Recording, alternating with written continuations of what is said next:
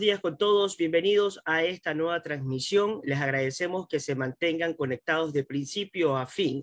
El Instituto Superior Tecnológico Juan Bautista Aguirre presenta esta charla virtual donde se abordarán los siguientes temas: primeros auxilios, evacuación, lucha contra incendio, sistema de comunicación de riesgos y amenazas.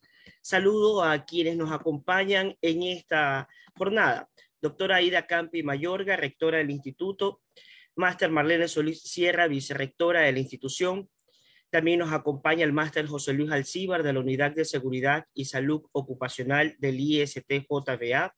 Agradecemos la presencia de los estudiantes que conforman la comisión organizadora de esta actividad. Gracias por su aporte. También les damos las bienvenidas a nuestros expositores de esta primera jornada, el doctor Nolvis Agorta Matos y el ingeniero Juan Carlos Ordóñez Pineda. Para dar inicio a este evento, invito a intervenir a nuestra vicerrectora, Máster Marlene Solís Sierra. Bienvenida, Máster. Muchas gracias, licenciado Carlos Bayona. Doctora Aida Campi Mayorga, rectora del Instituto Juan Bautista Aguirre, a la comunidad educativa de nuestra institución y al público en general. Bienvenidos al ciclo de charlas organizado por la Unidad de Seguridad y Salud Ocupacional del Instituto Juan Bautista Aguirre, dirigido por el máster José Luis Alcíbar, que junto con un grupo de estudiantes de la carrera Tecnología Superior en Seguridad y Prevención en Riesgo Laboral han considerado de mucha importancia la capacitación constante en temas de primeros auxilios, lucha de incendio, evacuación y sistema de comunicación, para estar preparados y poder atender a situaciones de emergencia en cualquier momento y en cualquier lugar, dentro de nuestras sedes, por supuesto, que posee nuestra institución. Agradecemos a los panelistas, al doctor Novia Ardona Matos, al ingeniero Juan Ordóñez, a cabo de bomberos de Santa Lucía, Roy Nevares, Bulgarín y David Logroño García. Muchas gracias por participar y haber aceptado esta invitación. A los estudiantes también que han hecho posible a este evento. Muchas gracias y muy buenos días. Bienvenidos. Gracias, vicerrectora del Instituto, por su intervención. A continuación, escuchemos la intervención de la doctora Aida Campi Mayorga, rectora del Instituto. Bienvenida. Muchas gracias, señor. Buenos días con todos. Ante todo, muchas gracias al doctor Matos, al ingeniero Ordóñez, por darse su tiempo y formar parte de las capacitaciones, del proceso de aprendizaje de nuestros estudiantes y de la comunidad en general que forma parte del IST-JVA. Máster Marlene Solís Sierra, vicerrectora de nuestra institución. Máster José Luis Alcíbar, docente y coordinador de esta importante charla.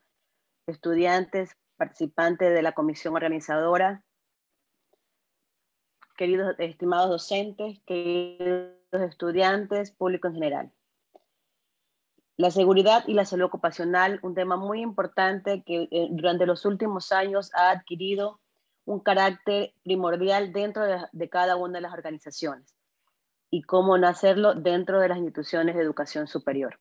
Es por ello que el día de hoy empieza este ciclo de charlas virtuales, no solo como una manera de preparar a nuestros estudiantes, sino también de dar a conocer a la comunidad la importancia de lo que es estar bien, de lo que es estar seguro, lo que es la salud, no solamente la salud en función de la medicina, sino la salud dentro del ámbito laboral.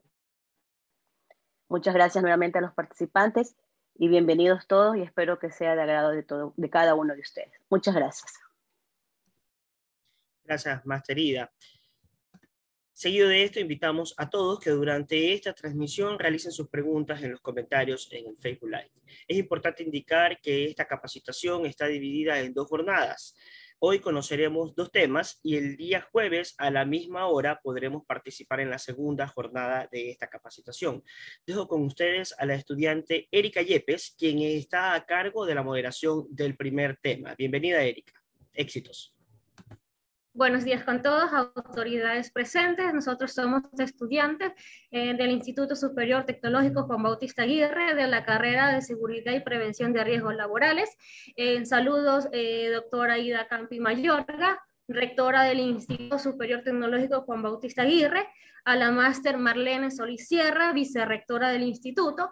Saludos al doctor Norbis Argota, nuestro primer exponente de la charla sobre fundamentos y importancia de la brigada sobre primeros auxilios en un plan de emergencia. Distinguidos docentes, compañeros, colectividad que están unidos a nosotros mediante Facebook Live en este momento, bienvenidos. El día de hoy tenemos la socialización de la importancia y funciones de las brigadas de emergencia que actúan en un plan de autoprotección en una organización, sea pública o sea privada. Además de ello, estamos cumpliendo con la normativa legal vigente de nuestro país. Tenemos el privilegio de presentar al primer expositor, el doctor Argota Matos Nolvi, quien tiene amplia trayectoria en el sector salud. Es egresado de la Universidad de Ciencias Médicas Santiago de Cuba, obteniendo un título de doctor en medicina. En la misma universidad obtuvo un posgrado en Medicina General Integral y maestría en Atención Integral a la Mujer. Domina los idiomas de inglés, francés y portugués. Ha realizado varios cursos tales como taller de reanimación cardiopulmonar en adultos, diplomado en urgencias médicas en el Hospital Provincial Saturnino Lora de la provincia de Santiago de Cuba. Labora actualmente especialista en medicina integral en el distrito Boldaule, Santa Lucía, en el Centro Médico Particular Medellín, en la ciudad de Babahoyo, y también se desempeña como docente de la Universidad Católica Santiago de Guayaquil. Sin más preámbulos, doy paso al doctor Argota, quien nos ilustrará con su ponencia. Bienvenido, doctor Argota. Bien, muchas gracias por la invitación. Para mí es un honor estar con ustedes. Gracias al equipo de estudiantes que me invitó a participar en este grupo de charlas que vamos a estar impartiendo algunos compañeros, y dar las gracias a las autoridades del instituto por permitirme estar con ustedes en el día de hoy. Entonces, gracias, y creo que podemos comenzar. Voy a publicar una diapositiva. Me dicen, por favor, si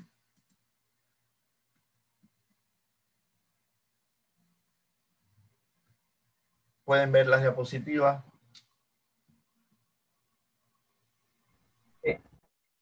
¿Sí?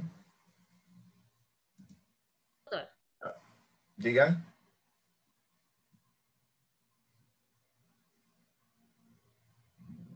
Sí, doctor.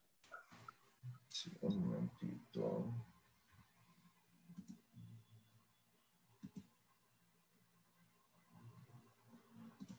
A ver, nos corresponde a nosotros pues hablar un poquito sobre las funciones e importancia de la brigada de primeros auxilios en un plan de emergencia. Decirles a modo de introducción que en la vida cotidiana pues nosotros nos enfrentamos, digamos, tanto en el ámbito laboral como en el ámbito escolar, y sobre todo ustedes en sus instituciones, pues nos enfrentamos a situaciones de emergencia, accidentes que muchas veces no estamos preparados para, digamos, enfrentarla, y que requieren de soluciones inmediatas, y que muchas veces esas soluciones inmediatas pues no tenemos el conocimiento, no tenemos las herramientas adecuadas para poder, digamos, dar solución a las personas que están a nuestro alrededor. Y dentro de estas emergencias que se pueden dar, pues nosotros no hace mucho tiempo, hace unos años, sufrimos un terremoto, y creo que probó, digamos, fue una muestra de, digamos, el tener un terremoto acá en el país fue bastante devastador, pero para muchos, digamos, nos demostró hasta dónde estamos capacitados y hasta dónde la cultura de protección civil de nuestros ciudadanos, pues, está coordinada, está planificada desde los desde los planes de emergencia. Ya por lo tanto, yo considero que muchas veces el no enfrentar con los conocimientos adecuados ciertas emergencias, pues muchas veces tiene que ver con el desconocimiento. Y no solamente el conocimiento basado en técnicas desde el punto de vista médico, en conocimientos, por ejemplo, digamos, para apagar un fuego, por decirlo de cierta manera, para, digamos, curar una herida, cerrar una hemorragia, sino que muchas veces no tenemos los elementos técnicos, los procedimientos, digamos, de primeros auxilios que nos permitan, digamos, tomar la decisión.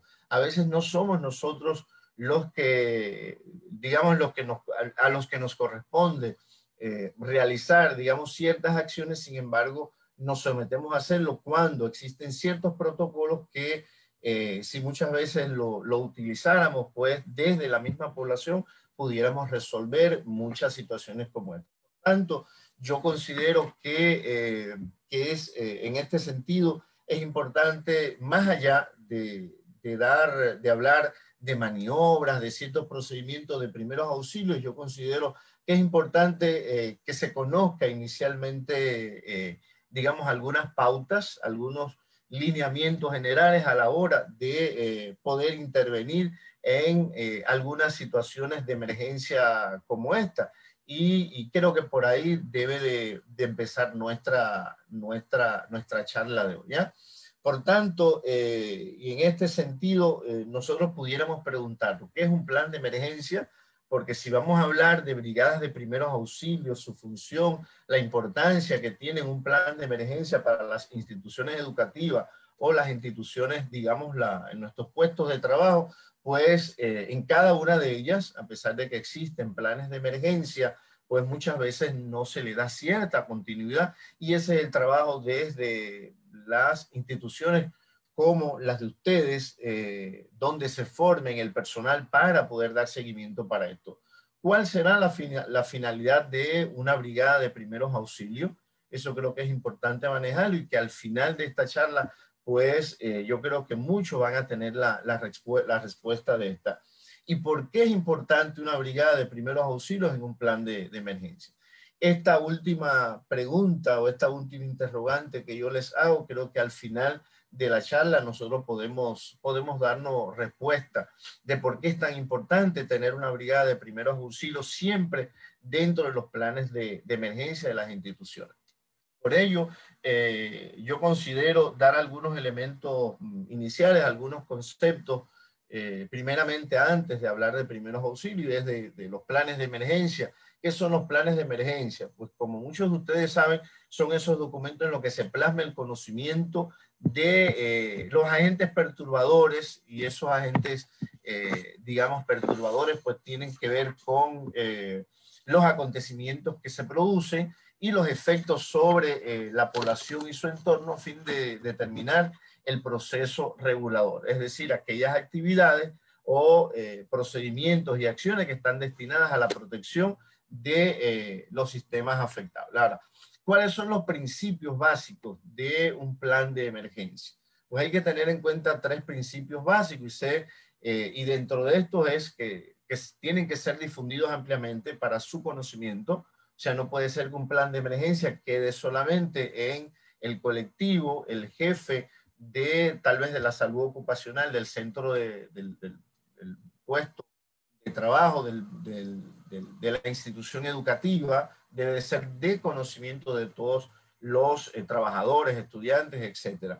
Asegurar el aprendizaje del contenido entre los brigadistas que van a actuar en las diferentes brigadas de emergencia y realizar simulacros con el fin siempre de practicarlos de manera regular. Y es aquí, muchas veces dentro del plan de emergencia, dentro de estos principios básicos, que muchas veces en este último, a veces lo obviamos, y muchas veces los simulacros se hacen por la decisión de que a alguien le interesa, tal vez mucho más arriba de donde nosotros estemos, que se haga algún simulacro. Y muchas veces no se le da continuidad, y las personas que pertenecen a estas instituciones, pues a veces desconocen hasta cuáles son las vías de evacuación. Por tanto, si vamos a hablar de brigadas de emergencia, pues hay que definir brigadas, y las brigadas son esos grupos de personas organizadas y capacitadas para emergencia, los mismos que serán responsables de combatirlas de manera preventiva ante eventualidades de un alto riesgo, emergencia, siniestro, dentro de una institución educativa, una empresa, una industria, y cuya función está orientada a salvaguardar las personas, sus funciones, sus bienes, perdón, y el entorno de los mismos. ¿Cuáles son los tipos de brigadas de emergencia que nosotros tenemos y que deben de estar plasmadas dentro de los planes de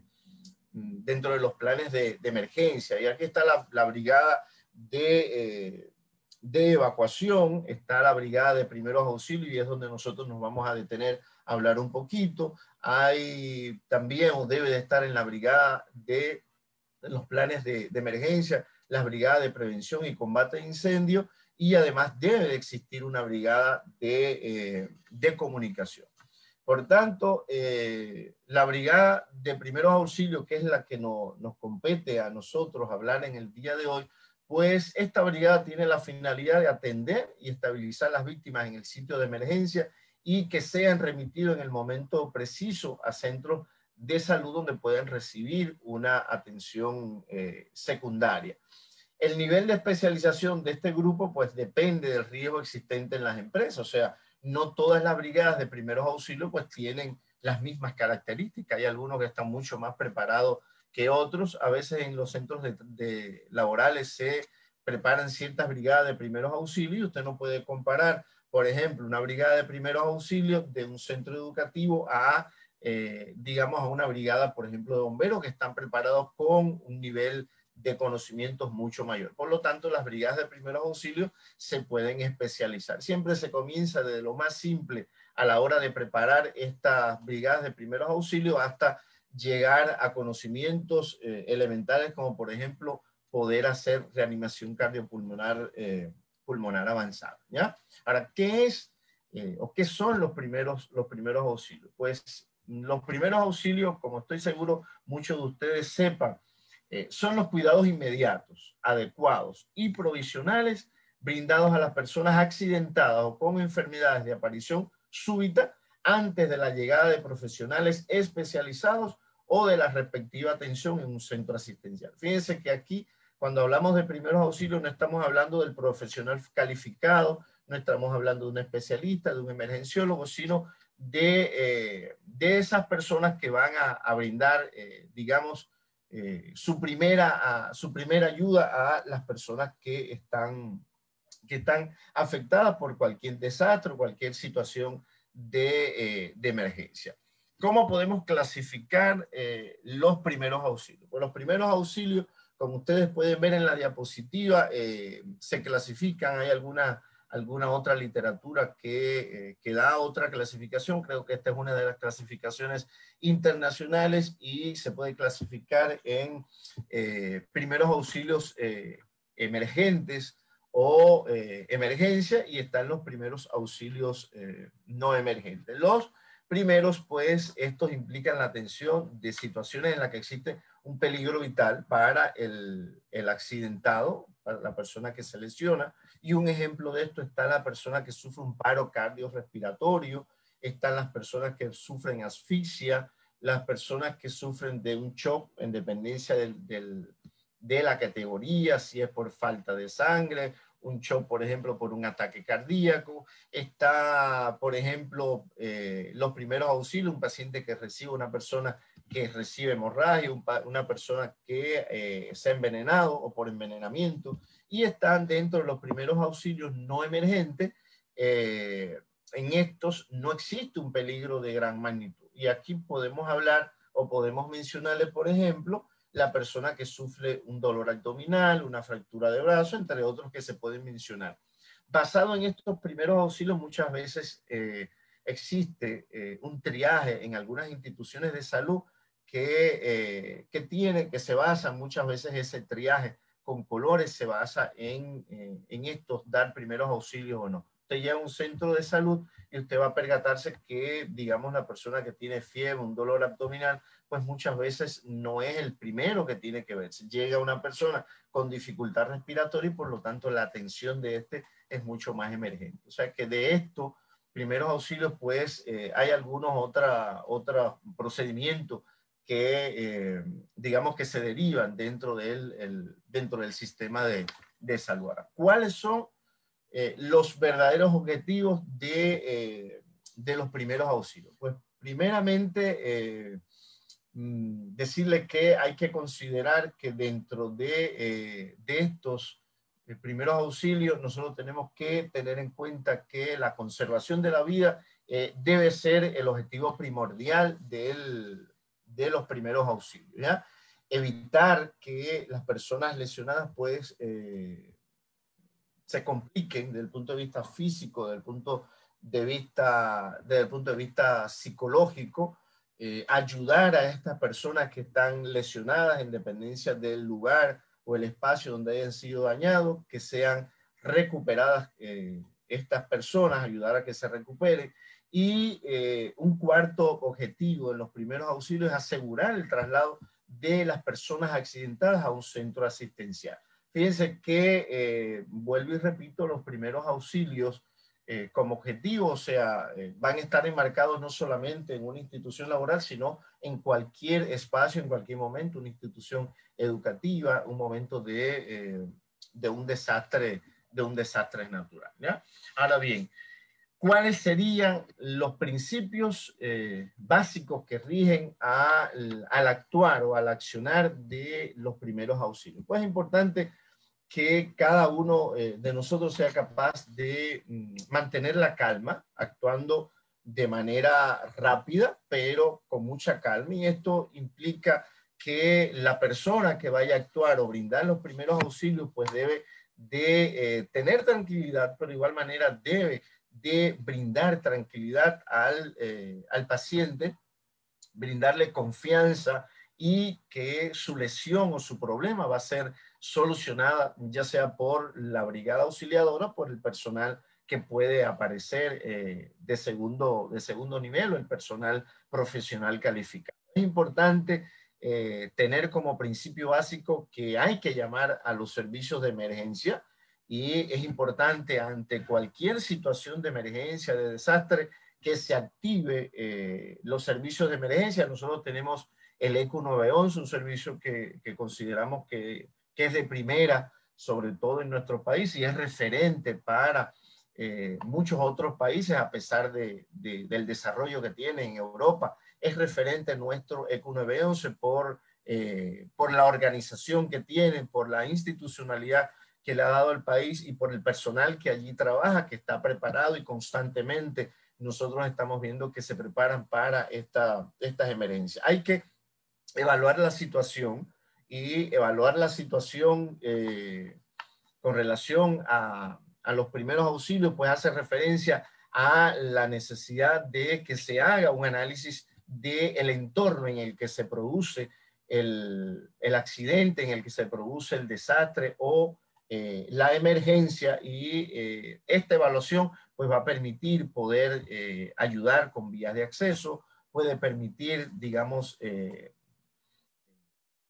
derivar a otros espacios algunos lesionados y evitar que otras personas que no hayan estado en esa emergencia pues interfieran en el actuar de las brigadas de primeros auxilios. Importante examinar a los pacientes o a las personas lesionadas.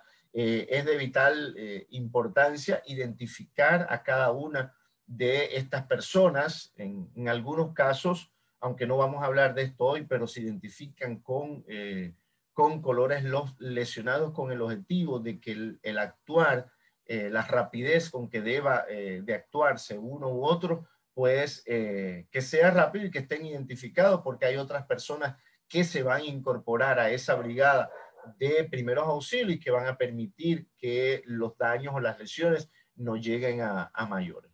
No hacer más que lo indispensable. Esto es importante porque muchas veces cuando digamos, cuando tenemos, conocimientos de primeros auxilios, pues muchas veces nos consideramos médicos, enfermeros, y nos queremos someter o nos queremos atrever a tomar decisiones que realmente no nos corresponden a nosotros como brigadistas de primeros auxilios, ¿ya? Sino le competen al personal, digamos al profesional calificado que puede brindar ayuda o apoyo más avanzado. Por lo tanto, hay que tener en cuenta que el no hacer más que lo indispensable va encaminado, por ejemplo, a evitar que algunos accidentados sean movidos del espacio donde está. Hay que garantizar que se le proporcione a los afectados que no se vayan a lesionar más allá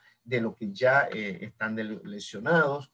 Otro principio básico es mantener la temperatura corporal de una persona que esté herida, y para eso hay algunos mecanismos que se utilizan, como cubrirlo con una manta para brindarle que le dé, digamos, que le dé calor, y evitar, por ejemplo, que con las hemorragias, pues el paciente caiga, o la persona, perdón, disculpe, que a veces hablo de paciente y es la costumbre de utilizar este término, pero en este caso debemos de hablar de personas lesionadas, ¿ya? Y, por ejemplo, una hemorragia puede provocar una baja de temperatura, y esta baja de temperatura, pues dentro de algunas de las medidas que podemos utilizar es cubrirlo. Hay mantas específicas para eso, pero el brigadista de primeros auxilios no está dentro de su botiquín de primeros auxilios, pues muchas veces no están este tipo de mantas. Tranquilizar a la víctima, si usted se puede comunicar con ellos, por supuesto, es un principio básico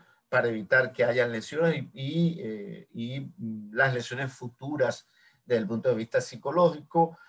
No dejar solo a la víctima, eso es muy importante, por las situaciones que se pueden presentar en pocos minutos después de las lesiones, y no administrarle medicamentos. Fíjense que cuando hablamos de primeros auxilios, las brigadas de primeros auxilios no administran medicamentos, y eso hay que tenerlo presente, ¿ya? Ahora, asimismo, es importante considerar que para actuar ante situaciones de emergencia, pues es necesario seguir, digamos, ciertos principios de gestión de los primeros auxilios.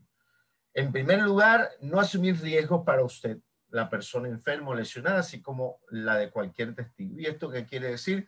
Que usted no puede exponerse a, no se puede someter a querer, por ejemplo, brindar auxilio. Por ejemplo, ahora, hace pocos días tuvimos un terremoto en Haití y se brindaron las brigadas de primeros auxilios, actuaron allí. Sin embargo, usted no se puede someter a brindar, por ejemplo, primeros auxilios en una estructura donde ha sido dañada por un derrumbe, y usted no puede entrar a un orificio a salvar a alguien, por ejemplo, porque está gritando, cuando no han intervenido otras brigadas, como en la brigada de evacuación, la brigada de bomberos. Usted no debe de arriesgarse y someterse a brindar esos primeros auxilios si usted no tiene seguridad. ¿Por qué? Porque usted puede estar corriendo el riesgo de también ser lesionado. Usted va a resolver la situación de un lesionado, sin embargo, usted puede salir también dañado por no tener en cuenta este principio de gestión de los primeros auxilios, que es no asumir riesgos para usted. Usted es la persona que va a auxiliar, por lo tanto, usted debe estar íntegra y debe garantizar o debe tratar de garantizar su bienestar. Es importante también, como segundo principio, controlar la situación para que se pueda acceder sin peligro a la persona, y es importante, y por eso hablaba de le ponía este ejemplo. Hay que atender a la persona lesionada o enferma, y hay que actuar por etapas. O sea, cuando usted viola en primeros auxilios, usted viola las etapas de atención a los lesionados, pues usted corre el riesgo de que alguien salga mucho más dañado que lo que usted pretendía en algún momento, ¿ya? Ahora bien, asimismo, es importante considerar, como ya les había dicho, que actuar ante cualquier situación de emergencia, pues es necesario seguir esta premisa que en mucha literatura, en muchos libros de riesgo, ¿verdad?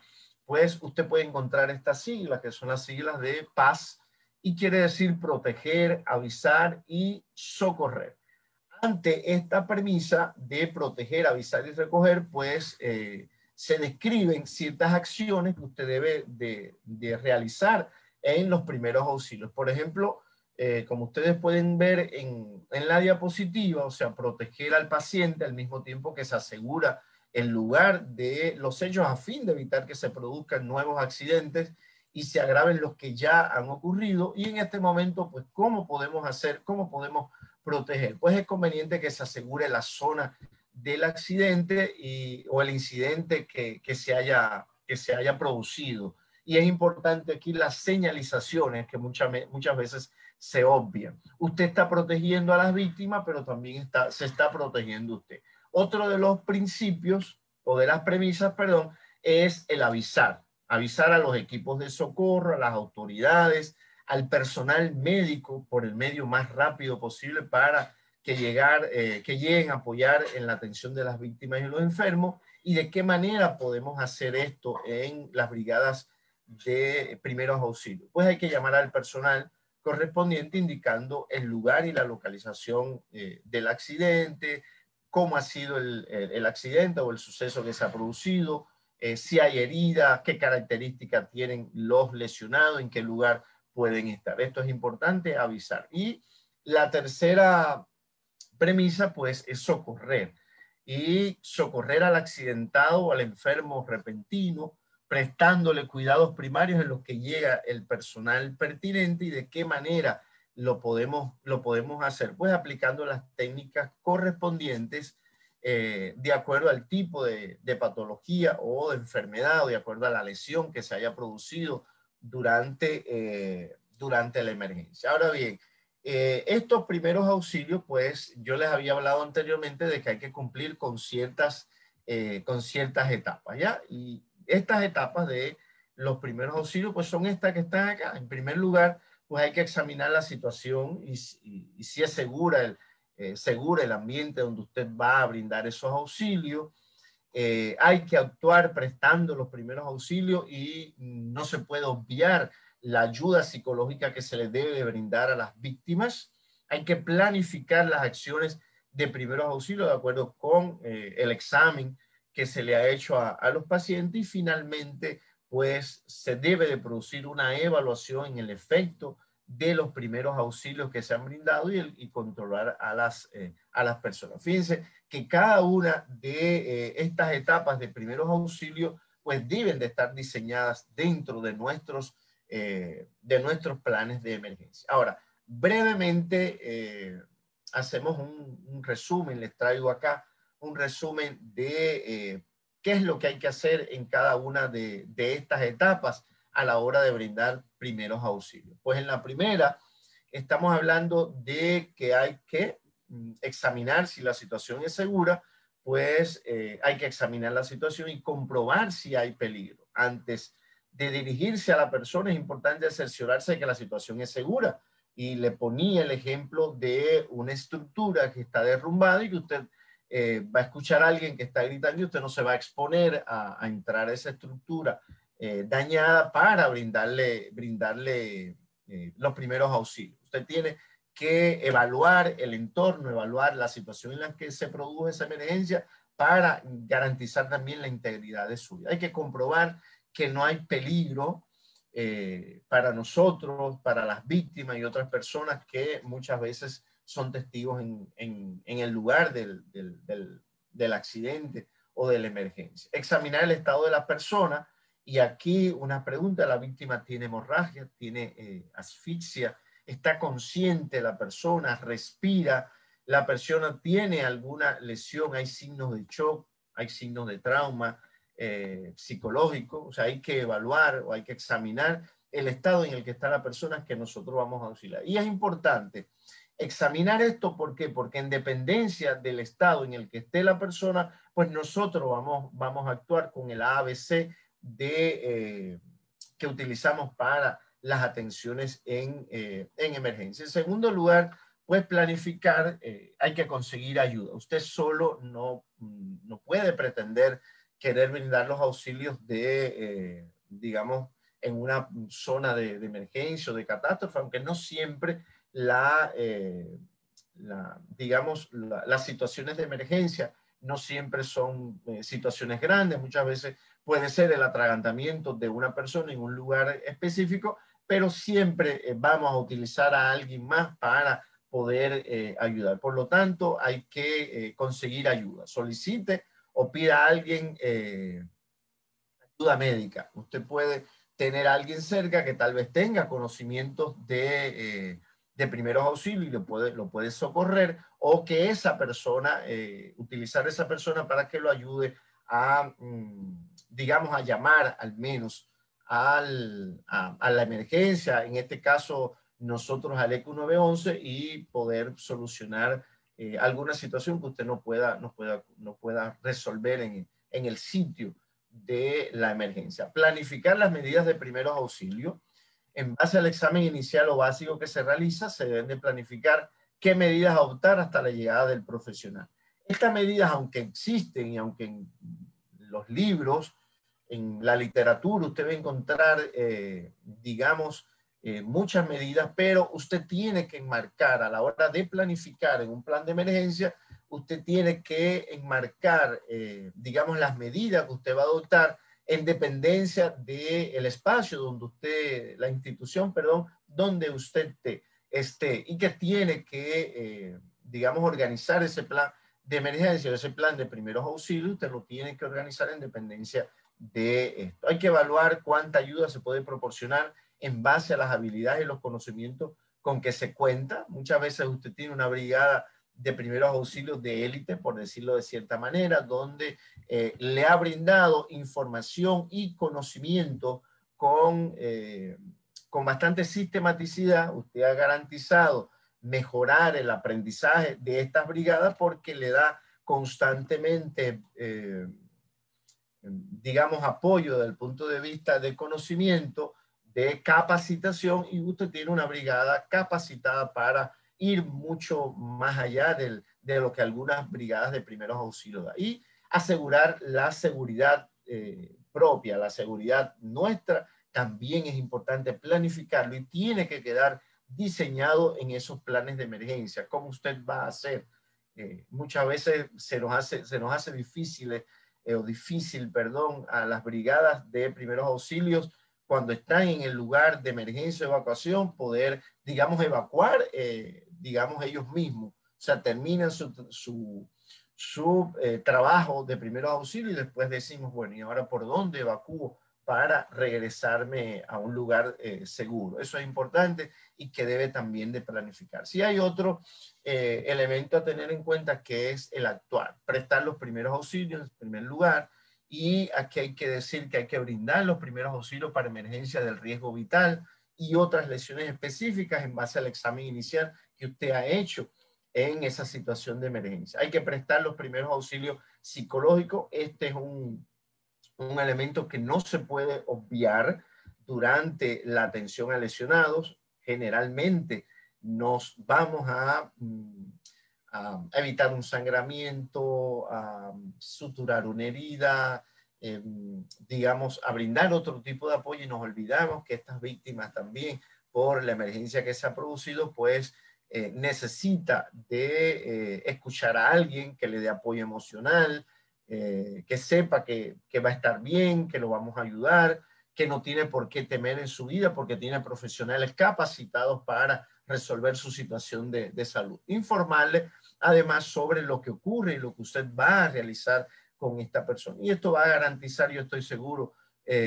digamos, apoyo psicológico, y la persona se sienta mucho más tranquila. En este momento es importante el apoyo psicológico en primeros auxilios, porque inicialmente cuando usted apoya desde el punto de vista psicológico, usted va a garantizar que no bajen las defensas, evitar que el miedo sea mucho menor, disminuye la frecuencia cardíaca, disminuye que la presión arterial suba, porque el individuo se siente tranquilo y que alguien va a salvarlo, que alguien lo va a ayudar para evitar, digamos, daños mayores. Y en caso de ser necesario, pues preparar a la persona para el traslado que debe hacerse. Eso también es importante, conversar con la persona, si está consciente, por supuesto, de que después de esos primeros auxilios que le estamos dando, pues nosotros lo vamos a trasladar a una institución de salud donde pueda recibir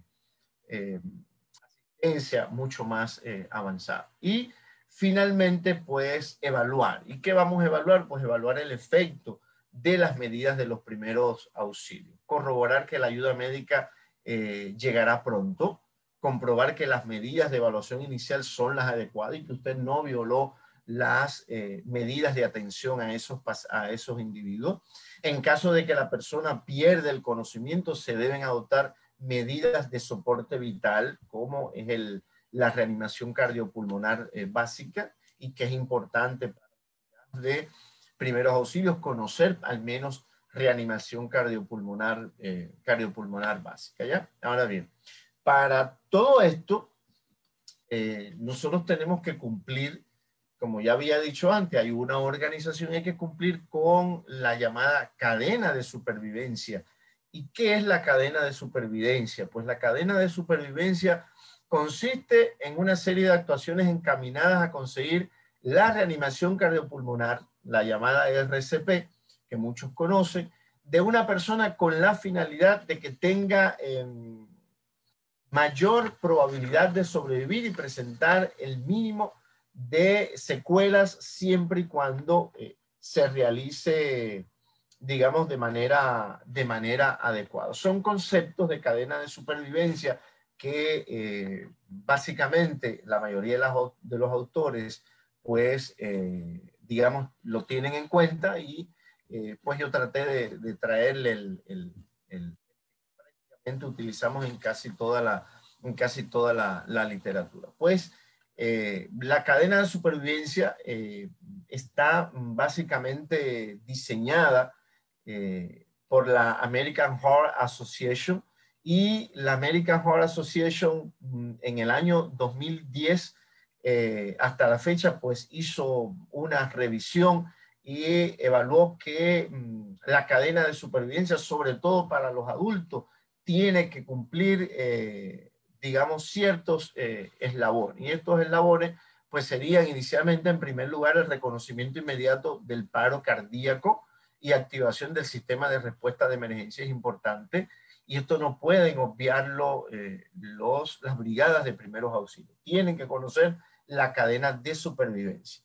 La reanimación cardiopulmonar precoz con énfasis en las compresiones torácicas. Muchas veces una reanimación cardiopulmonar básica salva a cualquier individuo en cualquier situación de emergencia, en dependencia del tipo que sea, y vamos a ver más adelante algunos de estos eventos de emergencia.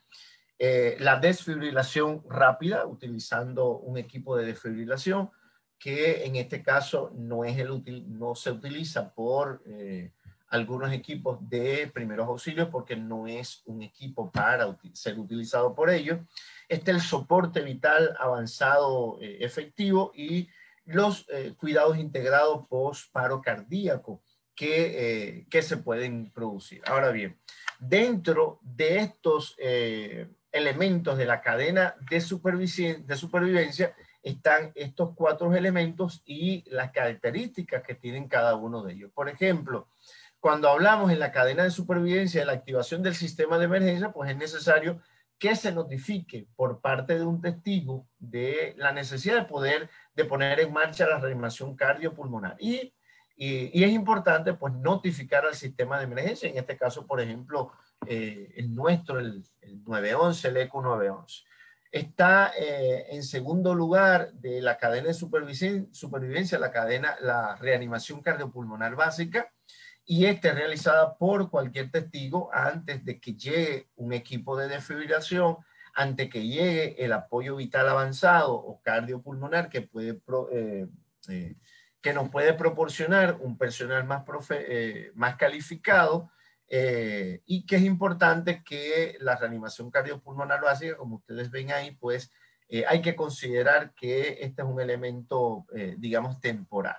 La desfibrilación auricular, pues es fundamental, sobre todo en los pacientes que han hecho paro cardiorrespiratorio, parada cardiorrespiratoria, pues es importante que, digamos, utilizar el desfibrilador auricular, pero ya en este caso va a ser utilizado esa desfibrilación auricular, pues dentro de la cadena ya va a ser utilizada por un profesional con conocimientos al respecto. Y está la reanimación cardiopulmonar avanzada, que es realizada por el personal especializado, como ya les había dicho, en el lugar del suceso, y que es decisivo para el control del paro cardíaco o cardiopulmonar. Fíjense qué importante en la cadena de supervivencia. Si alguno de estos elementos es violado, las posibilidades o el riesgo de que la persona no logre sobrevivir es mucho mayor. O sea, el riesgo es mucho mayor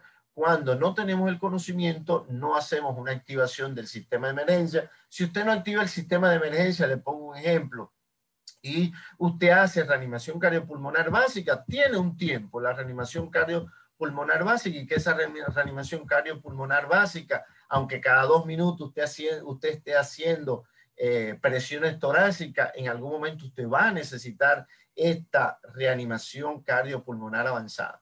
Si no se llama al ECU 911, si no llega la ambulancia con el personal calificado, si no llega tal vez, por ejemplo, la ambulancia de bomberos, el personal de bomberos, que es mucho más calificado para brindar esta ayuda, por lo tanto, la vida del paciente a la hora de trasladarlo a alguna institución de salud, pues entonces va a correr el riesgo de no salvarse, ¿ya?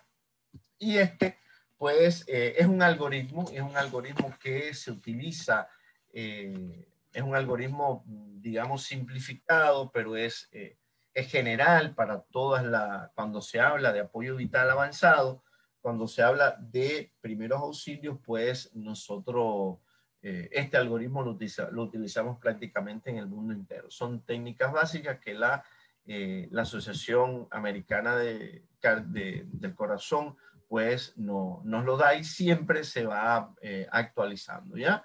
Entonces, no vamos a entrar en muchos detalles acá. Ustedes tienen la visión acá. Hay que tener algunas consideraciones. Por ejemplo, antes de aplicar la reanimación cardiopulmonar, es necesario considerar la edad del paciente, el peso de la persona a la que se dará la atención, considerando si es un adulto, si es un pediátrico, si es un anciano, también hay que tener en cuenta, porque en dependencia de la constitución física que tenga el individuo, de la edad que tenga el individuo, pues, por ejemplo, las compresiones torácicas pues serán con una mayor o menor intensidad. Por ejemplo, en un anciano, donde por la característica que tiene el anciano, por el envejecimiento, los huesos pues van perdiendo, digamos, un poco de densidad ósea, pues usted, si hace compresiones demasiado fuertes, con más de 5 centímetros de pulgadas de presión, pues usted corre el riesgo de provocar fractura external, puede provocar una fractura de costillas, y entonces, pues bueno, el riesgo es mucho mayor, puede provocar una fractura, puede provocar un neumotórax, por lo tanto hay que tener presente la edad y el peso de las personas, ¿ya? Y de esta manera, pues, cuando usted se enfrenta a un individuo que por ejemplo, una parada no responde, está tirado en un lugar, en una acera, en una zona, en una situación de desastre, pues usted tiene que evaluar si el individuo responde, si no respira, o si lo hace, digamos, jadeando. Si usted nota que está normal la respiración, es importante activar el sistema de respuesta de emergencia, solicitar un desfibrilador, iniciar la reanimación cardiopulmonar básica, que es la que nos corresponde, y cada 2 minutos, pues usted va a comprobar cómo está el ritmo cardíaco, cómo está la respiración, y en el caso de que sea reanimación cardiopulmonar avanzada, pues entonces usted debe de utilizar el desfibrilador, que sería en este caso para el personal para el personal calificado. Como ustedes ven ahí, hay que comprimir fuerte, no hay que tener temor a la hora de hacer las compresiones. Yo digo que ese es un tema amplio para hacer otra, digamos, otra charla, donde entraríamos a dar ciertos detalles de la reanimación cardiopulmonar básica, qué hacer ante un atragantamiento, envenenamiento, que en aras del tiempo se nos hace imposible, digamos, extendernos a hablar un poco de esto, y por eso yo les traía solamente estos elementos que son principios básicos, procedimientos, que usted debe de saber, porque muchas veces se obvia, a veces usted es un buen reanimador, sin embargo, obvia que hay que llamar a emergencia y entonces está corriendo el riesgo. Usted no hace nada con tener los conocimientos de reanimación cardiopulmonar básica si usted obvió algunos elementos que hay que tener en cuenta antes de hacer un procedimiento como este, ¿ya? Bien, hay prioridades ante la atención de una persona, que es lo que hemos ido hablando de algunos de estas prioridades. Inicialmente, la evaluación de la escena, seguridad y la evaluación de la situación. La evaluación de la escena consiste en la revisión general de lo ocurrido, identificando de posibles peligros en el lugar, tales como vidrios cercanos, inmobiliarios que pueda caerse, o sea, como yo les había puesto anteriormente ejemplo, de alguna estructura que pudiera caerse. Se deben de realizar, por ejemplo, algunas preguntas como que, ¿qué pasó? Si la persona se desmayó, convulsionó, si perdió la conciencia, cómo sucedió, cómo pasaron los hechos, qué puede pasar. Se pueden generar otros accidentes, por ejemplo, usted está en una zona, una estructura que se ha derrumbado y usted tiene que evaluar esa escena. Bueno, ¿es seguro el espacio donde yo voy a intervenir para brindar primeros auxilios o no? Entonces usted tiene que tener en cuenta esto, y esa evaluación le va a permitir incluso a usted salvaguardar su vida. En cuanto a seguridad, pues una vez que se detecta algún factor de riesgo que después que hace la evaluación, que ponga en peligro la integridad de usted y de las víctimas, pues hay que asegurar la zona colocando algunas señaléticas, evitar el paso de personas ajenas a este espacio. Tenemos muchos curiosos que enseguida quieren ver qué sucedió en ese derrumbe o qué pasó en ese accidente, y pues bueno, muchas veces no permiten a las brigadas de primeros auxilios, a los profesionales, pues hacer su actividad. Y con relación a la evaluación de la situación, pues asegurada ya la escena, pues se debe cuestionar cuál fue la situación preexistente, existen aún esas condiciones, y posterior a ello, pues se debe proceder a la valoración primaria de la persona. Fíjense que esto toma poco tiempo, o sea, usted no se va a pasar 1 hora, 2 horas haciendo una evaluación, tiene que hacerse una evaluación rápida de la situación de emergencia, del espacio donde se produjo la emergencia. Ahora, yo les traía acá algunas que tal vez no lo tengamos en cuenta muchas veces, pero los principales entornos de emergencia y crisis que se pueden dar. Miren, por ejemplo, el abuso sexual en la escuela, en la casa, también se puede dar. Y de esta manera, algunas imágenes un poco, dibujos que yo les traje, creo que para animarlos un poquito, pero que estas pueden ser situaciones de emergencia también. Usted puede tener en una familia, por ejemplo, donde un niño pequeño reciba sacudidas, ¿ya? Porque está llorando mucho, porque está pidiendo algo, y usted pudiera con primeros auxilios intervenir, porque a lo mejor el niño puede convulsionar, puede desmayarse, usted puede allí intervenir y brindar primeros auxilios. Una persona que sea golpeada, agredida, usted puede intervenir también brindando primeros auxilios, ¿ya?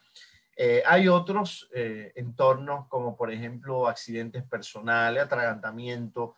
Es todo un capítulo hablar de atragantamiento como entornos de emergencia, cortadas o heridas, envenenamiento, dislocación o luxación de algunas de las articulaciones del cuerpo, fractura, en descargas eléctricas, una persona atropellada, usted puede brindar primeros auxilios. Cuando alguien recibe intoxicación por gases y humos, golpes, contusiones, intoxicación por fármaco, golpes en la cabeza, esguinces y torceduras. Si ustedes se percatan, el ejemplo de estos accidentes personales, o sea, no solamente se ven en una zona de desastre, se ven en nuestro entorno de trabajo, en una fábrica, en una industria. Podemos ser parte de cualquiera de estas lesiones que ustedes pueden ver aquí, y la brigada de primeros auxilios pues tiene que tener conocimientos para brindar ese primer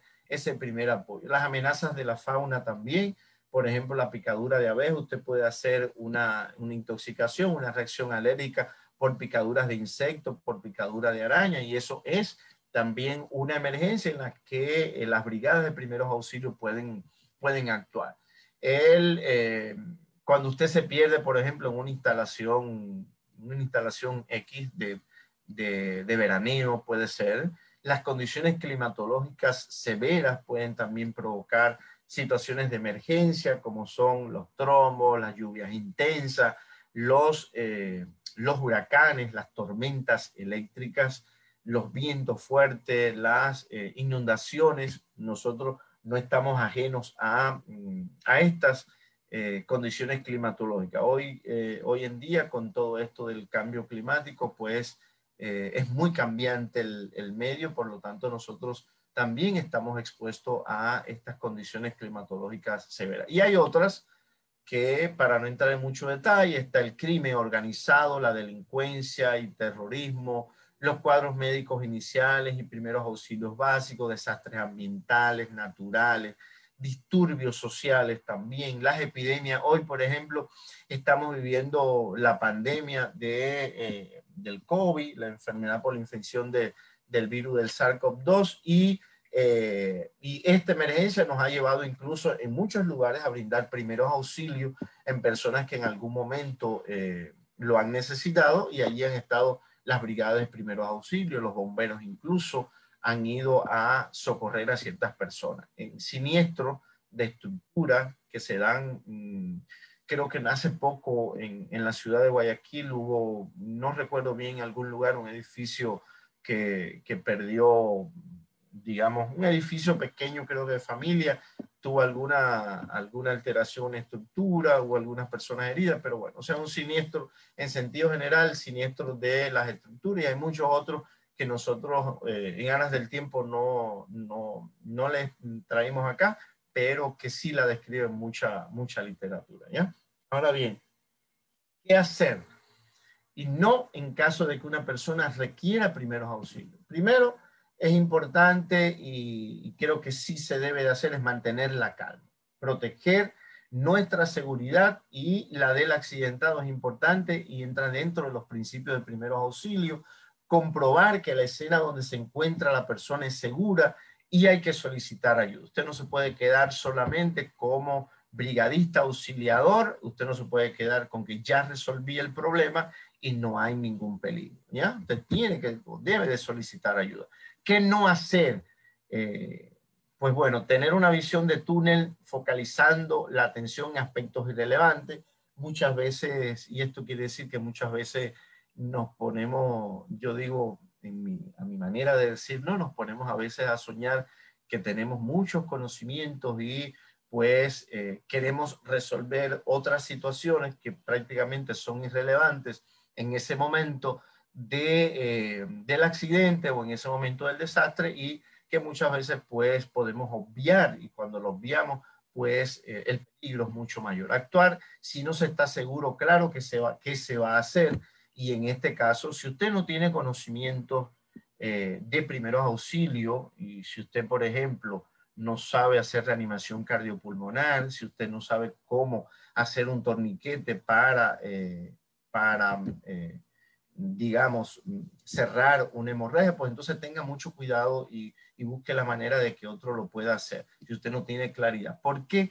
Porque muchas veces ustedes dirán, bueno, pero por lo menos voy a auxiliar a esa persona, pero usted no sabe de qué manera lo va a auxiliar. Muchas veces hay personas que están en el lugar de los hechos y buscan, se mueven de un lado a otro buscando ayudar, pero o sea, no saben cómo hacerlo porque no tienen el conocimiento básico, y poner en riesgo tu seguridad personal. Eso bajo ningún concepto usted en una brigada de primeros auxilios usted lo puede permitir. Usted tiene que protegerse, garantizar su integridad para poder brindar esos primeros auxilios al personal o a las personas que están necesitando de usted. Inicialmente, cuando hablamos al principio, no sé si recuerdan que hablamos de evaluación de la situación, pues esta es una valoración primaria. La valoración primaria pues consiste en el reconocimiento o la detección en el mínimo de tiempo de aquellas lesiones que pueden conducir a la muerte del paciente y que ocurre en el ámbito prehospitalario y en otros espacios, por supuesto, y que su finalidad es la realización de una revisión global del estado de salud de la víctima. Y que esta valoración primaria o evaluación inicial pues debe estar caracterizada por estos elementos que ustedes ven ahí. Tiene que haber rapidez, ¿ya? Aunque tiene que haber tranquilidad y calma, pero deben de hacerse estos procedimientos rápidos, tienen que ser eficientes, debe hacerse un traslado sin demora a un centro de salud sanitario, si no la vida del paciente corre peligro, y el comienzo inmediato de la reanimación cardiopulmonar es importante. Estas 4 características tienen que estar dentro de una primera evaluación inicial. Ahora, en esa evaluación inicial o esa evaluación primaria es importante que la brigada de primeros auxilios pues determine qué ocurrió con la persona. O sea, identificar si se desmayó, si convulsionó, cualquier evento, si le cayó una caja encima, si resbaló de una escalera en el centro en su puesto de trabajo, para usted poder hacer una evaluación rápida y poder intervenir. Hay que reconocer si la persona está consciente, y esta evaluación primaria de si la persona está consciente lo vamos a hacer mediante el método de ADIBI. ¿Cuál es ese método de ADIBI? Pues es el método que nosotros vamos a evaluar en el individuo la alerta, la respuesta verbal y la respuesta al dolor y la inconsciencia. Con relación a la alerta, con la letra A está diseñada así. La persona, vamos a evaluar si está en alerta, si habla fluidamente, si fija la mirada a la persona que lo está explorando, si está al pendiente de lo que está sucediendo a su entorno, ¿verdad? Entonces podemos decir que esta persona está en alerta. La respuesta verbal hay que evaluarla, y fíjense que este método o esta evaluación que hacemos tiene que ver mucho con nuestro sistema nervioso central. Importantísimo, ya los profesionales pues harán una evaluación de la escala de Glasgow, donde hay que ver estos elementos, pero con mucha mayor profundidad y con un puntaje que existe para esto. Hay que evaluar aquí si presenta respuesta verbal, aunque no esté alerta, puede responder coherentemente a las preguntas que se les realicen y responde cuando se les llama. Elementos importantes que usted va a tener en cuenta, ¿ya? Si el individuo presenta dolor, digamos, la aplicación de algún estímulo doloroso para evaluar si el individuo tiene dolor o no, pues es importante que se evalúe, y hay que evaluar el estado de conciencia de estos pacientes.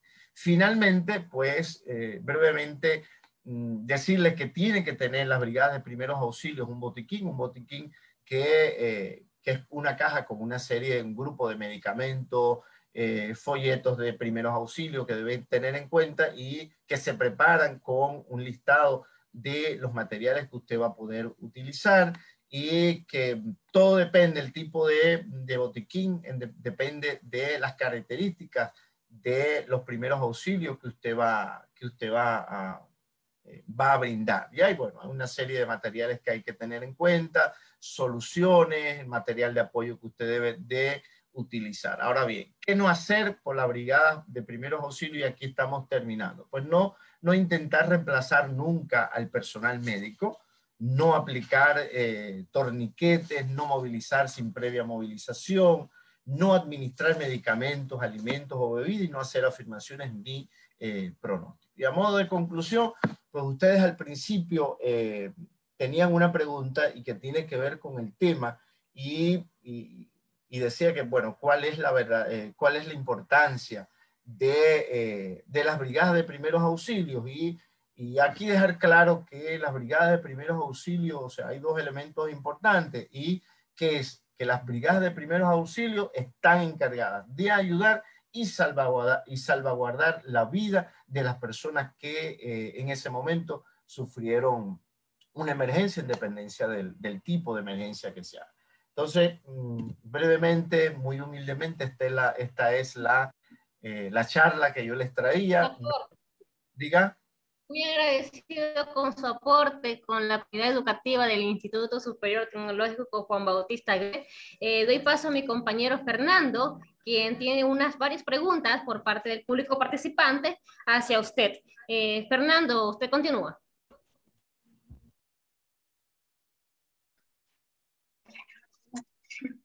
Muchas gracias, compañera Erika Yepes. Buenos días con las autoridades, docentes, compañeros y los ponentes que hemos tenido en la mañana de hoy. A continuación, procederemos con la ronda de preguntas al doctor Nolvis Argota, realizado por el público y la comunidad en general. Por factor tiempo, mi estimado doctor Argota, hemos sacado en sí una pregunta muy relevante al tema que se la vamos a exponer a usted. Un docente del Instituto Juan Bautista Aguirre pregunta lo siguiente: legalmente, ¿qué puede pasar si un testigo intenta ayudar a una persona y ésta muere? ¿Habría una responsabilidad legal para la persona que intentó ayudarla? Ustedes saben que existen normativas acá en nuestro país, existen normativas con relación a esto. Estamos hablando de situaciones de emergencia y que en esas situaciones de emergencia pues hay personas que están lesionadas y usted, si tiene los conocimientos, pues usted debe de ayudar a esa persona. Entonces, desde el punto de vista legal no debe de existir ningún daño a tercero, no debe de existir que una persona que vaya a socorrer a otro o que le brinde esos primeros auxilios, o sea, que sea, digamos, sancionado. Yo estoy seguro que el profe pregunta porque se prestan muchas situaciones como estas, a veces incluso los familiares, para culpar a, digamos, a la persona que brinda la primera ayuda. Sin embargo, desde el punto de vista legal no debe de ser, digamos, sancionado a alguien que esté brindando primeros auxilios a cualquier lesionado en cualquier desastre, en cualquier situación de emergencia. Y debe de existir, y si hay público, por supuesto, si hay, digamos, maneras de comprobar esto de las personas que están en el entorno, pues por supuesto mucho mayor.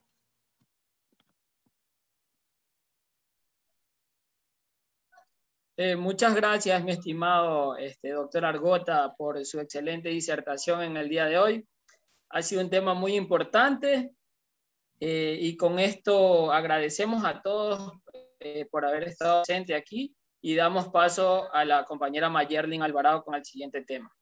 Muchas gracias a ustedes.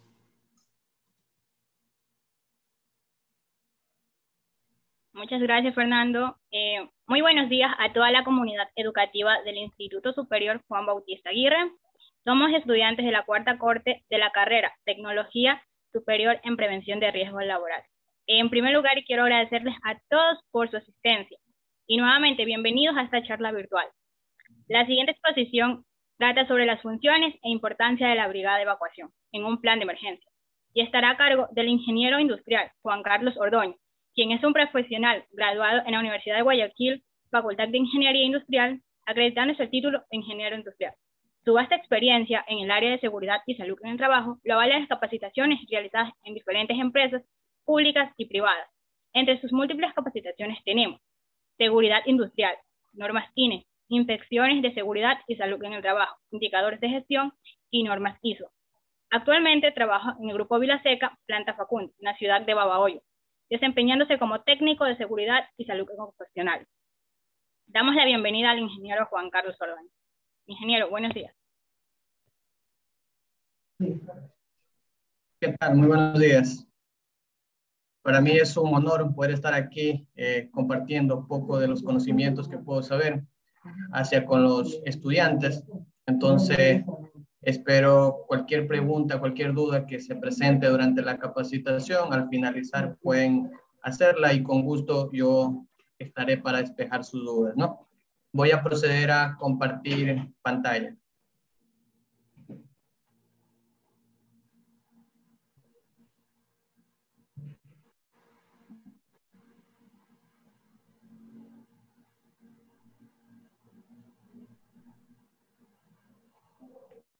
¿Me confirman, por favor, si es visible la presentación?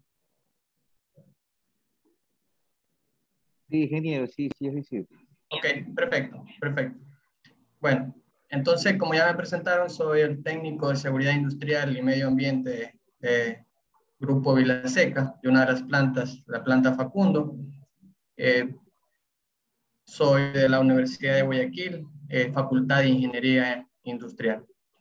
El tema que se me ha designado para el día de hoy exponer es el tema de la evacuación, importancias y funciones de las brigadas de evacuación.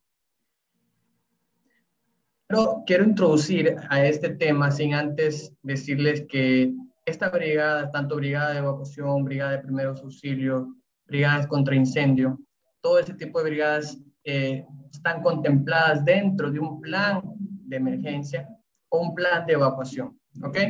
Entonces, iniciando por eso, puedo decir que un plan de evacuación son estrategias descritas, divulgadas y conocidas en todo el nivel de la organización para el desplazamiento de las personas en una situación de peligro inminente a un sitio seguro, ¿ok? Ese es el concepto general por un plan de evacuación. Características. ¿Cuáles son las características que debe tener este plan de evacuación? Debe ser por escrito. Siempre digo yo en el mundo laboral que estoy, un documento, un plan de emergencia, un plan de evacuación. Si no está escrito, es como que no tiene validez para mí. Debe estar escrito y firmado por la alta dirección, en este caso por la gerencia o por el responsable de la empresa o de la planta. Debe ser aprobado, debe ser publicado, debe ser enseñado y debe ser practicado. No, el trabajo de nosotros como técnicos de seguridad no solo queda en hacer el plan de emergencia o hacer el plan de evacuación, no. También publicarlo, enseñarlo a los trabajadores, hacer los respectivos simulacros. Ok, evacuación, entrando ya más en contexto, es el conjunto de procedimientos y acciones tendientes a que las personas amenazadas por un peligro, ya sea incendio, inundación, puede ser también un sismo, movimiento telúrico, se protejan su vida e integridad física mediante su desplazamiento a lugares de menor riesgo. Y aquí lo he dividido en distintas fases, ¿ok? Primera fase. Como primera fase tenemos la detención, ¿sí? ¿Cómo voy yo a detectar si es necesario o no movilizar las brigadas de evacuación y movilizar mi personal hacia un punto seguro? ¿Ok? Dice, detención. Tiempo transcurrido desde el momento en que se origina el peligro hasta que alguien lo reconoce. Este tiempo depende de clase de riesgo, medios de detención, día y hora del evento, uso de la edificación. ¿Ok? En la fase de detención, una vez identificado el peligro, la persona que lo detecta informará al comité de emergencias. Yo sé que se cerciorará de la veracidad de la misma a través de las dependencias u organismos responsables. Ejemplo, yo aquí en la planta tengo conformada 4 brigadas: brigadistas de primeros auxilios, brigada de contraincendio, brigadas antiderrame y brigada de evacuación. ¿Okay? Y hay un jefe de brigada. El jefe de brigada es la persona encargar la señal de alerta, por así decirlo, y automáticamente las brigadas se activan y saben qué hacer, cuáles son sus funciones cada una de ellas. Segunda fase, aquí tengo la alarma, esa es la segunda fase. Tiempo transcurrido desde que el peligro se detecta hasta que se toma la decisión de activar el sistema de alarma y evacuar. En este tiempo va a depender de qué? Va a depender del sistema de alarma y el entrenamiento del personal. Aquí quiero hacer énfasis también en esto de aquí. Podemos tener los mejores sistemas de detención de humo, de incendios o de cualquier emergencia.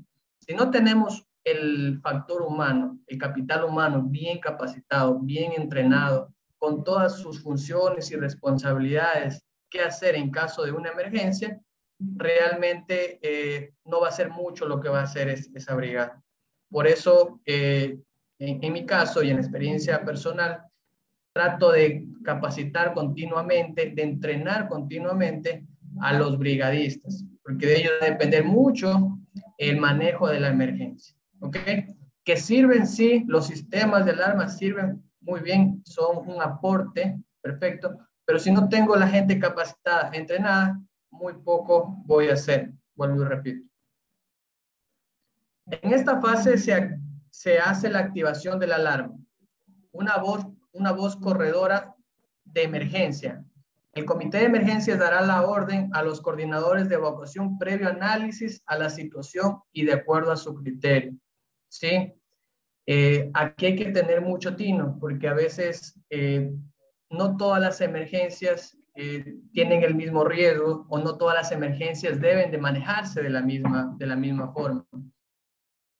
Esto va a depender de si es un incendio, si es una inundación, si es un movimiento sísmico. Dependiendo de la emergencia, se van a activar las brigadas. Tercera fase, preparación para la salida. Definida como el tiempo transcurrido desde el momento en que se comunica la decisión de evacuar hasta que se empieza a salir la primera persona. El tiempo depende de entrenamiento del personal, sistema de comunicación y sistema de alarma. Vuelvo y recalco, también mucho tiene que ver el entrenamiento del personal. ¿Ok? Por eso cuando hago el simulacro o cuando hacemos los simulacros, es muy importante tomar el tiempo. ¿Cuánto es el tiempo que me toma sacar hasta la última persona del lugar más lejano hacia el punto de encuentro, hacia el punto seguro? Ahí nosotros podemos ver un tiempo estimado, ¿no es cierto? En qué tiempo la planta está totalmente evacuada. Y eso va a ir mejorando obviamente conforme el entrenamiento. Siguiente.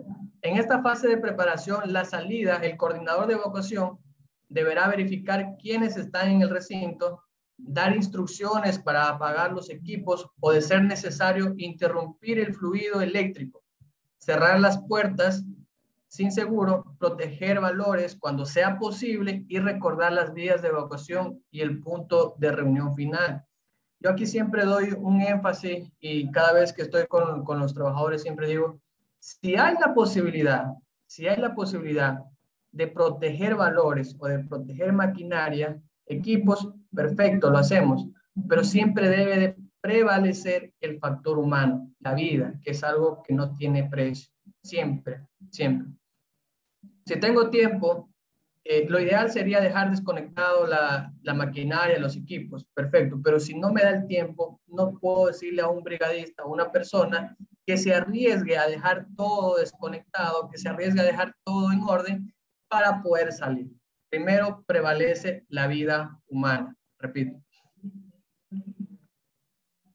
En la cuarta fase tengo la salida. Esta fase corresponde al tiempo transcurrido desde que sale la primera persona hasta que sale la última. Este tiempo depende de la distancia que va a recorrer, depende del número de personas a evacuar, la capacidad de las vías y limitantes de riesgo, ¿sí? Plantas grandes, inmensas, obviamente no solamente va a tener un punto de encuentro, van a tener 2 o 3 puntos de encuentro, dependiendo el perímetro de las plantas y el número de personas a evacuar. No es lo mismo evacuar una empresa que tiene 40, 50 empleados a una empresa que tiene 200, 300 o 400 empleados. O sea, ahí hay que evaluar el recorrido, la capacidad de las vías, como dice la diapositiva, y la distancia.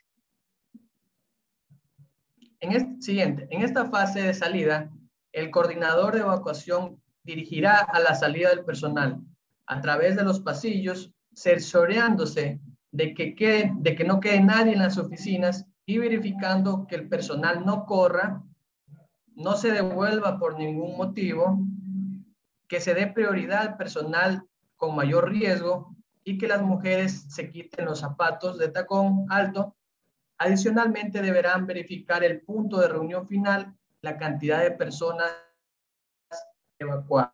Aquí quiero hacer énfasis en algo muy importante que dice dar prioridad a personas de mayor riesgo. ¿Cuáles son esas personas de mayor riesgo? Son niños, mujeres embarazadas, adultos mayores o personas con discapacidad.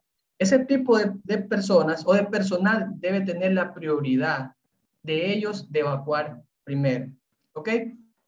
Algo muy importante también que cabe recalcar, no podemos por nada del mundo regresarnos a la emergencia. Si no tengo el conocimiento, no tengo las aptitudes, no puedo regresarme a la emergencia porque eso puede ser fatal. ¿Ok? Siempre debemos dejarle ese trabajo a los brigadistas, al personal altamente capacitado. ¿Ok? Lo que todos deben de conocer. ¿Qué es lo que todos deben de conocer en un sistema de emergencia o un plan de evacuación o plan de emergencia? Debemos de conocer lo siguiente. Sistemas de alarma. ¿Cuáles son los sistemas de comunicación? ¿Cuáles son las vías de evacuación y puntos de reunión? ¿Cuáles son los procedimientos específicos a seguir en caso de emergencia? ¿Ok? Todo esto de aquí, estos puntos, están detallados en un plan de emergencia. ¿Ok? Y como les dije al principio, el plan de emergencia o el plan de evacuación, como lo quieran llamar, no solamente llega hasta escribirlo y ahí. El trabajo sigue más allá, sigue en publicarlo, en socializarlo, en practicarlo inclusive. ¿Ok?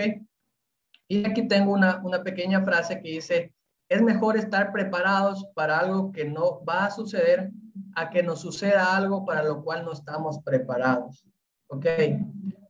Todos se acordarán aquí el trágico 16 de abril, ¿no es cierto? Cuando hubo el terremoto y se perdió muchas vidas aquí en el país. Muchos técnicos, muchos profesionales dicen que Ecuador no estuvo preparado para un evento similar.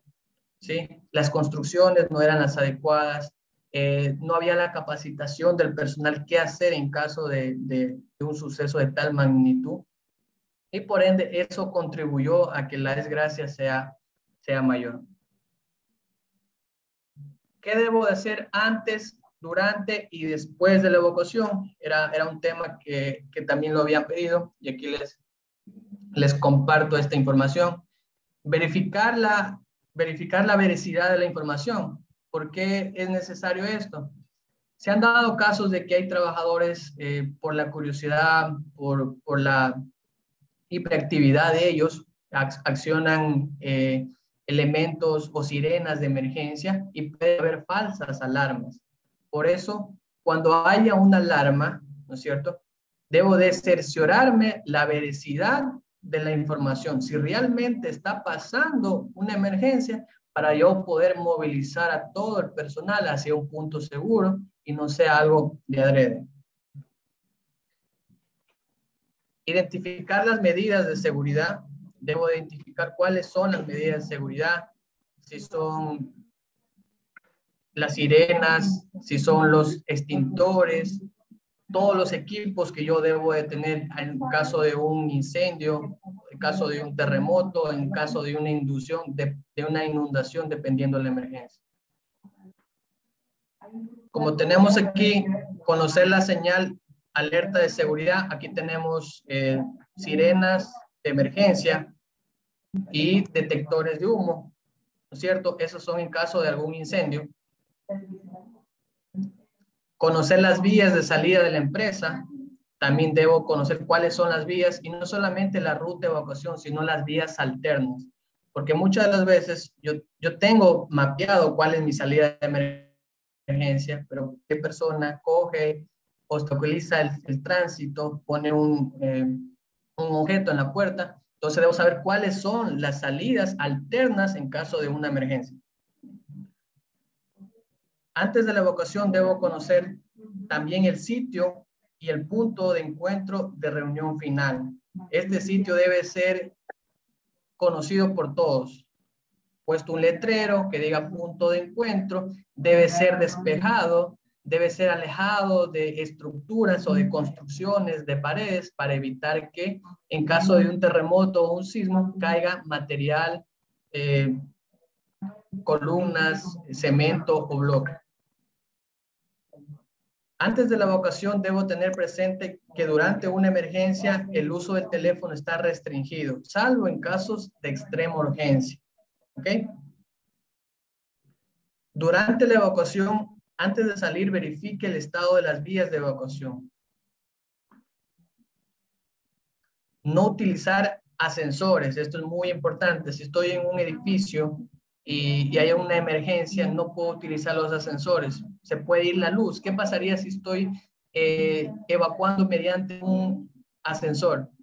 Se va la luz, me quedo totalmente atrapado. Por eso lo más recomendable es seguir las escaleras, obviamente que deben estar totalmente señalizadas. En caso de humo, desplazarse agachado o gateando. ¿Por qué creen que es necesario desplazarse de forma agachada o gateando?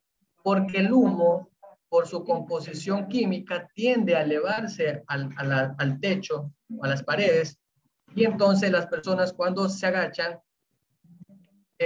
están más protegidas. Y obviamente también con un trapo en la cara, de preferencia húmedo, para evitar que esté expuesto a gases, a polvos o a humos que lo puedan ocasionar daños. Baje las escaleras por su derecha en fila, ya que la brigada o organismos de seguridad subirán a controlar el evento por su derecha. Evite correr, conserve la calma. Yo siempre digo, debemos de conservar la calma. En muchas emergencias a veces no te mata como tal emergencia, sino el que tú pierdas la calma y te hace cometer errores que te pueden ocasionar lesiones. Tú mismo puedes ocasionarte lesiones. Ejemplo, 16 de abril, todos se acuerdan del 16 de abril. Yo me acuerdo que estaba en Guayaquil, en un centro comercial, una niña que la aplastaron, la gente se alborotó, perdió la calma y la niña prácticamente no murió por el terremoto, pero sí murió a consecuencia de que la gente perdió la calma, de que la gente no estuvo organizada, no estuvo preparada, no estuvo capacitada. Por ningún motivo se devuelva y verifique la ruta de salida. Evite el pánico. Por ningún motivo puedo regresar al siniestro, al epicentro de la emergencia. No puedo hacerlo. Eso siempre debemos dejarlo a las personas capacitadas.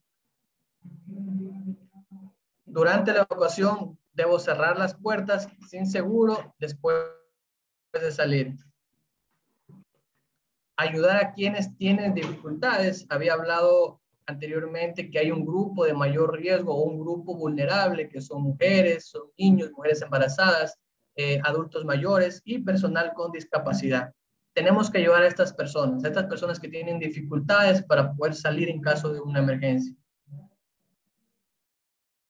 Trate de controlar inicialmente el conato de fuego en caso de que sea un incendio. Estoy poniendo un ejemplo de que sea un incendio. Trate de controlar inicialmente el conato de fuego con un extintor o con el gabinete contra incendio. Si no puede, salga cerrando la puerta sin seguro y no le dé la espalda al fuego. Nunca, nunca hay que darle la espalda al fuego. Si alguien tiene la ropa con fuego, hágalo rodar sobre el cuerpo, protegiendo la cara. Colóquele una sábana húmeda sobre el cuerpo para apagar las llamas. ¿Okay? Por nada del mundo le voy a poner agua, porque cuando alguien está con fuego o quemándose y le botas agua, eso tiende a irritarle y a generarle más daño a la piel. Para eso están los implementos de contraincendio, que en este caso sería un extintor, o a su vez, si no hay un extintor cerca a la mano, hacerlo mediante una sábana o un pedazo de tela, envolver a la persona y de esa forma apagar las llamas. Si tiene que refugiarse, deje una señal. ¿Okay? Muchas de las veces no tenemos salidas, no tenemos cómo salir, no tenemos cómo comunicarnos con los brigadistas o con el personal rescatista, ¿cierto? Refugiémonos en un lugar seguro, pero dejemos una señal para que seamos fácilmente encontrados. Evite y controle el pánico. Hago mucha referencia en esto porque es muy necesario mantener la calma, es muy necesario evitar el pánico, ya que si uno genera pánico, las demás personas se van a contagiar y por ende va a haber alboroto, va a haber aglomeraciones y la emergencia puede ser mayor. Asegúrese de desconectar los equipos eléctricos, cerrar las válvulas de los suministros de gas y agua. Ojo, yo como profesional siempre digo que esto en caso de tener tiempo, en caso de si puedo, pero yo siempre digo, no nos arriesguemos, no expongamos la vida, el factor humano debe estar por encima del capital, y por eso yo recomiendo, si hay tiempo para cerrar, para apagar equipos, para cerrar válvulas y todo eso, lo hacemos. Pero si no, lo primero es evacuar, salvar mi vida o salvar la de los demás, de los compañeros. Verifique que no haya quedado nadie dentro de las instalaciones. Este es un trabajo netamente que le corresponde a los brigadistas o al jefe de brigada, en este caso, al técnico de seguridad, a las personas especializadas, de verificar que no haya nadie dentro de del suceso, de la planta, del edificio o de las instalaciones, como lo quieran llamar. Verifique la lista del personal en el punto de reunión final. Todas las plantas tienen un control de personal día a día. Tienen que saber cuántas personas están en la planta trabajando. Para sí mismo, en caso de que suceda una emergencia, y cuando ya se dirijan al punto de encuentro, a tomar el listado para ver si falta alguien o no. En caso de que falte alguien, inmediatamente se activan de nuevo las brigadas de evacuación, de primeros auxilios y rescate, y ingresan en búsqueda de esa persona. Pero el personal que no tenga los conocimientos o que no esté preparado por nada del mundo puede regresar al sitio del siniestro. Colabore con los organismos de socorro para el control del evento. ¿Cuáles son estos organismos? Cuerpos de bomberos, policías, Cruz Roja, etc. Coordinadores de evacuación. ¿Cuál es la función o cuáles son los coordinadores de la evacuación? Son personas voluntarias elegidas por el Comité de Emergencias para que lideren el proceso de evacuación de los empleados y visitantes que se encuentren en el momento de una emergencia. ¿Ok? Brigadas de emergencia es un grupo de personas debidamente motivadas, entrenadas y capacitadas para atender ante todo labores de prevención de accidentes, control general de riesgos y por último, si las circunstancias lo exigen, actuar en forma oportuna, eficaz en el control de las emergencias que se presenten. Esto es una brigada de emergencia.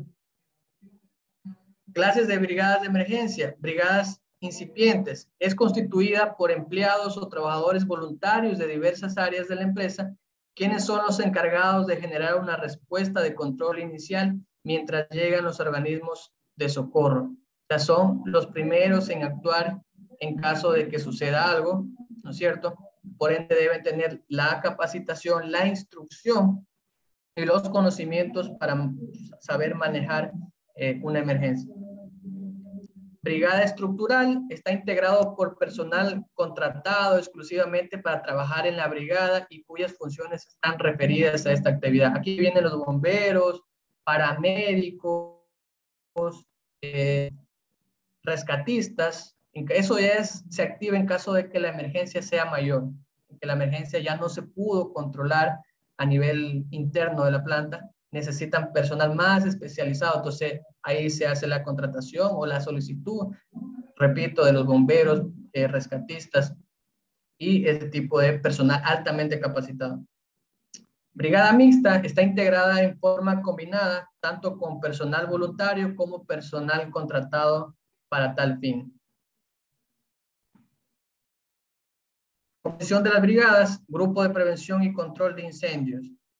Es una parte, grupo de evacuación y rescate, es otro grupo, ¿no es cierto? Ahí vemos una imagen de personas que están sacando cuerpos o heridos de un siniestro, ¿ok? Grupo de primeros auxilios yo acabo de escuchar la intervención anterior, son las personas idóneas para poder, solo ellas son las personas idóneas para poder dar los primeros auxilios a una persona, ¿no es cierto? Grupo HAZMAT, estos son grupos en caso para eventos mayores, pandemias, virus, riesgos biológicos, ese tipo de cosas, bombas atómicas, riesgos químicos, ese tipo de cosas.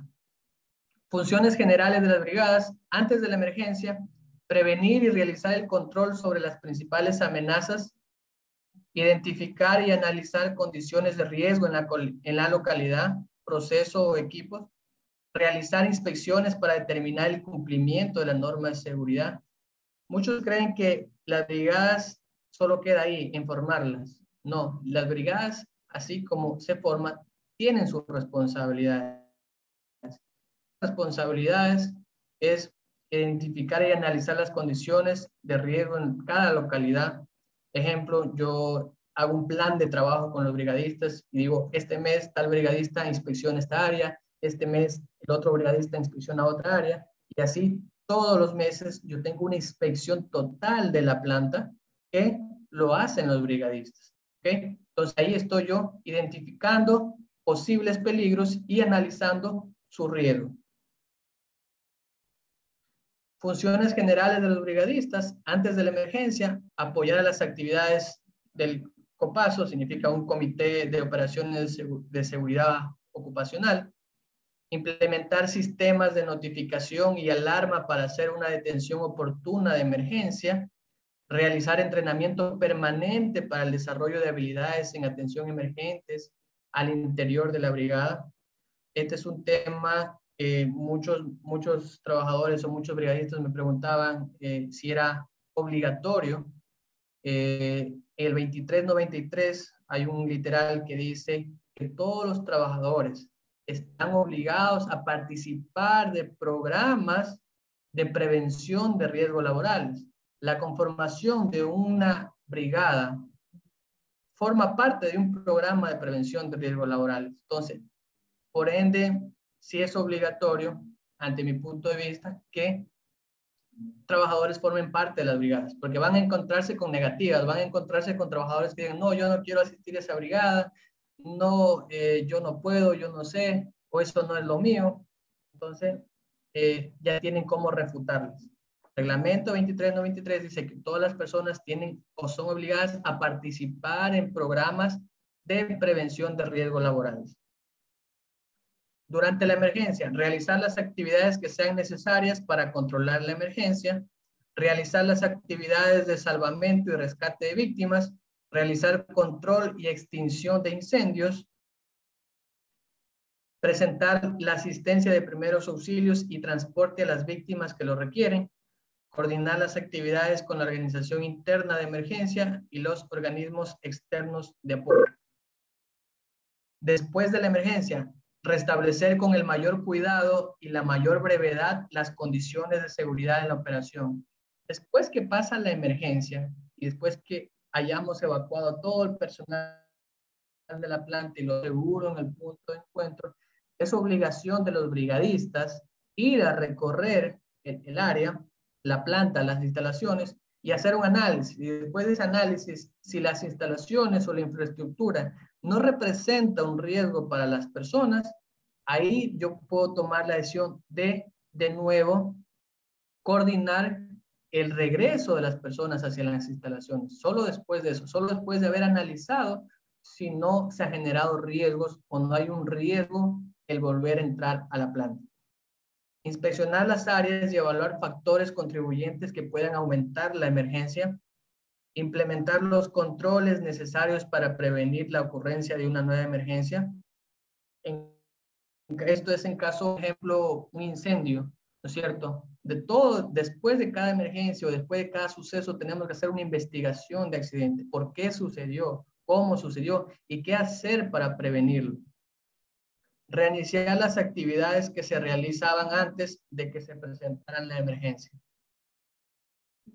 Clases de rescate en espacios llenos de humos de gases contaminados, en incendios, espacios confinados, en alturas, pozos y túneles, accidentes de tránsito, atrapamientos general, accidentes industriales y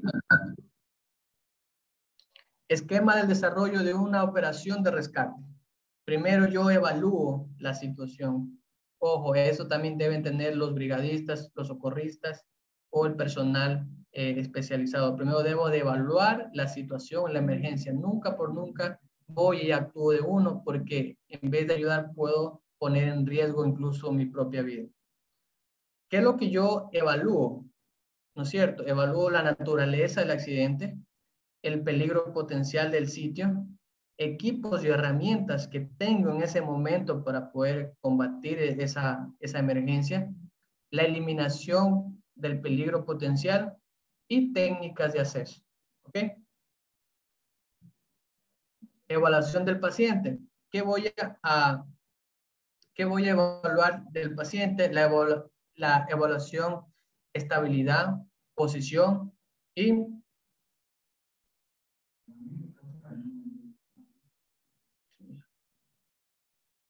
estabilización, posición de transporte y acción de movilización. Eso voy a evaluar de los pacientes.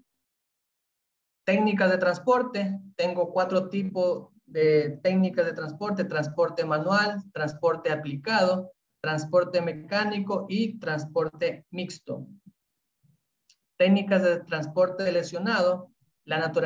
Varían según la naturaleza del accidente, situación del peligro, las lesiones de estado y estado del paciente, el rescatista o paramédico, el equipo disponible, la distancia a recorrer. Todas esas son las variantes en una técnica de transportes por el lesionado.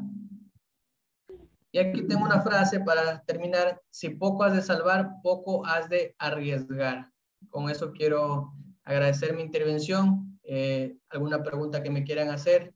Estoy presto a responderles. Gracias. Agradecidos por su excelente presentación, ingeniero Ordóñez, con la comunidad educativa Instituto Juan Bautista Aguirre. Doy paso a mi compañero Juan Avilés, quien le va a hacer varias preguntas que tiene del público que ha estado escuchando. Juan, usted continúa. Listo, compañera, muchas gracias. Buenas tardes, autoridades presentes, docentes, público en general. Primeramente, agradecer al ingeniero Juan Carlos por su excelente exponencia. Y tenemos varias preguntas de parte de los participantes de la aplicación Facebook Live. Comenzamos con la primera pregunta. Cuando falta al trabajo el jefe de brigada, ¿quién activa las alarmas de emergencia?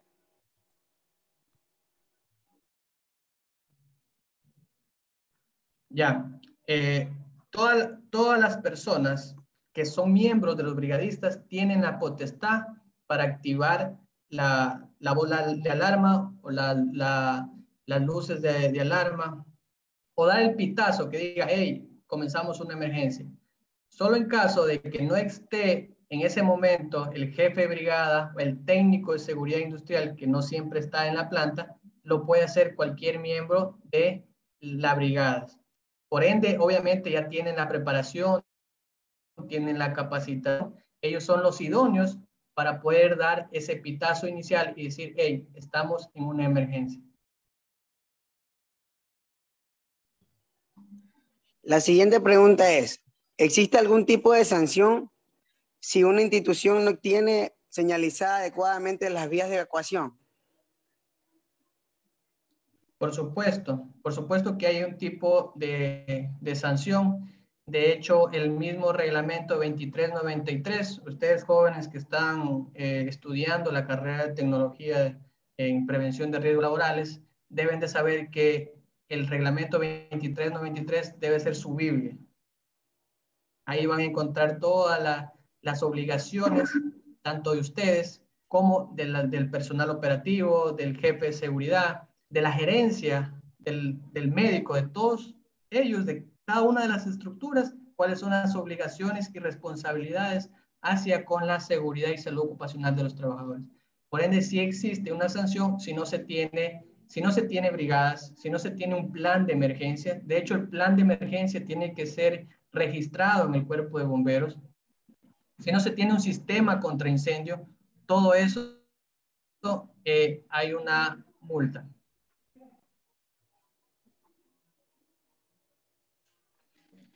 Ingeniero, le damos gracias por su excelente participación, a la comunidad que ha estado presente y activa en nuestra aplicación Facebook Live. Ahorita le voy a dar paso al licenciado Carol Bayona.